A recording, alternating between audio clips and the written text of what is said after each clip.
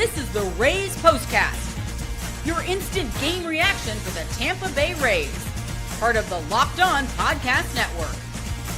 Your team every day. Hello and welcome to the Tampa Bay Rays POSTCAST, your spot for instant Rays reaction after every single game.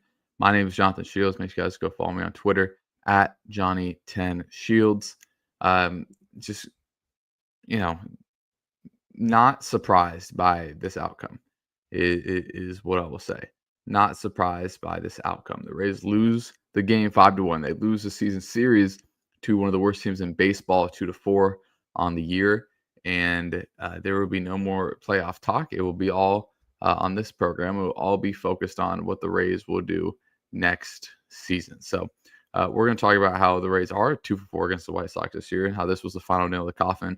What to look for the rest of the year. And we're going to look ahead to the Cubs series. But we'll be starting with how I really just thought this was an embarrassing performance all around. This is what you'll be talking about. Embarrassing may be a little harsh, but when your leadoff guy goes 4 for 4 and you collect 7 hits and you don't get any runs for the first 7 in a third innings is frustrating. The Rays did not get a hit with runners in scoring position, and they had people all over the base pass. There's no reason why the Rays should have lost this series. There's no reason why the Rays should have lost this game. It's the same stuff that we're talking about over and over and over again. And something that I have now accepted is that this is just an average team. You know, when you look around, now there are some bright spots. Junior is a bright spot. Brandon Lau is a bright spot. Yandy Diaz is a bright spot. Outside of that, Josh Law has all the potential in the world. There's a whole lot of average on this team, which, you know, it is par for the course when you see their record. They're 2 games under 500. They'll probably finish right around that 500 number. And the expectation is skewed because a lot of these guys play really hard. Jake Mangum wears his heart on his sleeve every single game. And this super admiral was one of my favorite players that I've watched in a Rays uniform. And the fact that they made it competitive, they won 7 in a row to get to the point where we're even talking about playoffs in the first place. So that was super exciting. But, you know, to go into the South Side of Chicago and lose this series and look how lethargic as they have in big moments like they did during this series is disappointing. It is disappointing to say the least. So just to not come up in multiple spots. It was Yandy last night and Brandon Lau with a game on the line last night. And then today, I mean, it was everybody. Chandler Smith's got 4 hits. The Rays in so many innings got a runner into scoring position. In the second, they got a runner scoring position with nobody out. In the 6th, they got a runner scoring position. First and second, nobody out. Junior double play. Morales struck out just like that. In the 7th, they got a runner to scoring position. In the 8th, they got a runner to scoring position. I mean, that's half the innings where the Rays have runners in scoring position and just cannot come through. Just not good enough. You want to know what else is not good enough? Going 2-4 against the White Sox this year. And they put up the graphic, the White Sox record after the All-Star break, and that's great. Great for the White Sox. The Rays are supposed to be a playoff team. If you would ask their expectations before the season, it's not to, we're building. No, it's to make the playoffs. And that's going to be the expectation next year. But, you know, and we'll talk about it as the rest of the year goes on now that the Rays are officially kind of out of it, is what the Rays need for next year to become a bona fide playoff contender again. Because they're close. Like I said, they have some really good pieces. You know how many teams would love to have Yandy Diaz, Brandon Lau, and Junior Caminero playing DH/first, second, and third? Almost every team in baseball would take that. So the pieces are there. But the Rays are going to need some changes. And look, to start off your rotation with Drew Rasmussen and Ryan Pepio is fantastic. Those are 2 really good arms. You're hopeful Shane Baz is going to be a little bit better next year. But you're going to have to fill in those last 2 spots, whether it is Ian Seymour, hopefully Shane McClanahan's healthy, fingers crossed, Adrian Hauser, whatever direction you may go, or a free agent. And then I'm really high on the bullpen going into next year. But it's not next year podcast about this game. And there were just parts in this game which weren't good enough, and that's what leads us to our turning point. Time to reveal where the game was won or lost. It's the turning point.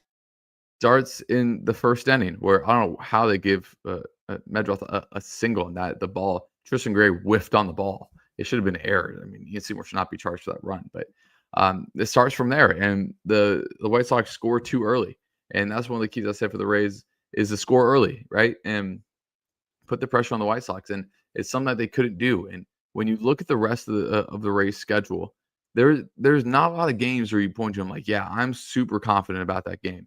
You go to Chicago, you're probably confident about the Saturday game there. You get Drew Rasmussen versus Colin Ray, their worst pitcher. But I mean, the gauntlet you go to, Chicago's gonna make the playoff, Toronto's gonna make the playoffs, Boston, where you get Bello and Crochet. It's tough. It's gonna be tough, but I always enjoy watching the Rays. I will continue to enjoy to watch the Rays, but it is frustrating because this Rays team, even though I say that they have a lot of average pieces, they are better than what their record shows. They are. You can't not say one thing to convince me otherwise. They've lost more games that they should have won than the other way around. And when you look back at the tail of the season, 2 years ago we talked about, or technically last year still, what did the Rays need to improve on? Hitting with runners in scoring position. Though they struggled in that today and yesterday, they were light years better than they were last year. And when you end up looking at the Rays at the end of the season with everything, with this specific Rays team, you're gonna think it's like, what didn't they do well in terms of average? They're 8th in average. In terms of pitching ERA, they're 11th. They're one of the best fielding teams in baseball. They're top 10 in that category in errors. That they're, in terms of errors that they've allowed, they're 12th. So they're upper half in the league in a lot of these things. When you go to how many stolen bases they have, they're first by a long shot. When you go to how many people they've driven in, they're 13th. I mean, they profile as a playoff team, and they have just really just been unlucky, and it is tough. It is definitely tough. But we'll talk about why this is final nail in the coffin and what to look forward to the rest of the year right after this. This episode is brought to you by 5-Hour Energy Transfusion. Time to fuel it up and turn it up with 5-Hour Energy Transfusion. The grape, ginger, and lime flavored shot brings the iconic taste of a golf course favorite to a non-alcoholic boost. Perfect for sinking birdies or making great memories with friends. It's a hole-in-one for your energy game. Whether you're out on the course or just need a little extra push to power through your day, 5-Hour Energy Transfusion delivers a clubhouse flavor you love without ever leaving the green. And you guys know, it's just a few more postcasts left. You guys need to be up for all of them. Make sure you guys drink that 5-Hour Energy to stay up for every Rays postcast, because it's all about good times with good people and good flavors. So grape, ginger, lime flavor 5-Hour Energy Transfusion gives you the best parts of the clubhouse go to without leaving the course to chase down the Bev cart. Now you can amp up the fun even more. Just buy, snap, and enter for a chance to win a dream golf trip for 2 to any golf tournament in the USA. Tee up that trip. Visit FIV-H-E-win.com for full rules and entry. No purchase necessary. Exclusive Masters Tournament ends October 31st. This episode is also brought to you by FanDuel. The NFL season's here, and FanDuel is making sure you're ready for kickoff with a can't-miss offer. Right now, new customers can bet just $5, and if your bet wins, you'll get $300 in bonus bets to use across the app. And I love using FanDuel because it fits how I like to bet. Player props and building a same-game parlay and jumping in live action as it unfolds. So are you ready to play? Download the FanDuel app now by visiting FanDuel.com to get started. That's FanDuel.com to place your first $5 bet. And lastly, this episode is brought to you by Nutrafol. You've probably seen a million ads for hair growth products and thought, sure, like that actually works. There's so many products out there, it's hard to know which ones are actually going to do anything. That's why you should give Nutrafol a closer look.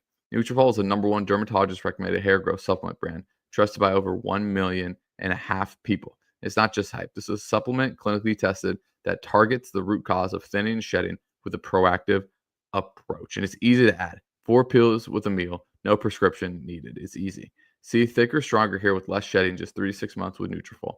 For a limited time, Nutrafol is offering Locked On MLB listeners $10 off your first month subscription and free shipping when you go to Nutrafol.com. Enter promo code LOCKEDONMLB. That's Nutrafol.com, promo code LOCKEDONMLB. So this was the final nail in the coffin for the Rays 2025 season in terms of making the playoffs. With the Mariners sweeping the Cardinals, too many teams to jump, as Gary always talks about a lot, and now sitting 2 games under 500. Now, I do want to give I want to give this team immense credit for having their back against the wall, having everything not go their way, and winning 7 in a row and getting back into it. But when you look around, they're just missing too much, man. You really in these games miss Jonathan Aranda. I forgot to mention him next year. And when you look ahead to next year, thinking of a top 5 of your lineup as Chandler Simpson, Brandon Lau, Yandy Diaz, Jonathan Aranda, Junior Caminero, that is a great place to start. Jake Magnum's also going to be in there. Josh Lowe, who's shown really flashes. I mean, those are 7 guys that you really trust. You need to find what you're going to do at shortstop if Carson's going to be the guy. You need another right-handed bat in that outfield. And then is Nick Fortes, Hunter Fiducia, your guy at catcher? I mean, the roster for next year looks pretty good for the Rays.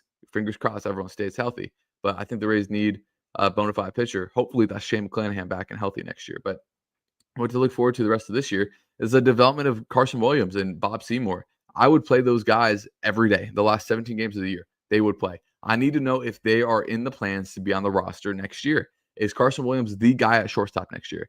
That needs to be helpfully decided by him getting every single bat the last 17 games. Is Christian Morel going to be on this roster next year? He needs to play more, and not just against left-handed hitters. They need to play him more. And same with Bob Seymour. He wore out the minors. He can't play a quadruple A player where he's too good for the minors but not good enough for the majors. Another guy you need to get an extended look at. Richie Palacios, is he going to be on this team next year? Again, another guy you need to get a look at. I would play those 5 guys as much as possible, as well as Junior going for the home run record with Carlos Pena, and Chandler, he got his 40th stolen base today. And normally we don't give a player of the game in a loss, but we will today. It's just how good Chandler was. This is the Locked On Player of the Game. 4 for 4, got his 40th stolen base of the year. Can't argue with how good Chandler has been this year, man. Just super happy for him, for him to get that milestone. But now as we look ahead to the game tomorrow, it would be Shane Baz versus Matthew Boyd. It's a Rays play the Cubs. Matthew Boyd on the year, making his 29 starts, 12-8 with a 2.92 ERA. The ERA is really good, and he's just been solid. His last time out, 7 innings, 7 hits, 2 earned runs, 3 strikeouts. He did run into some trouble in the middle end of August. Gave up 4 runs or more the last 3 games, but he also had a stretch in July where he went 3 straight starts of not giving up any runs. And these innings just 5 innings, just 8 innings, 7 innings. He's a guy that pitches deep. He's a guy that limits hard contact. He's a guy that doesn't give up a ton of runs.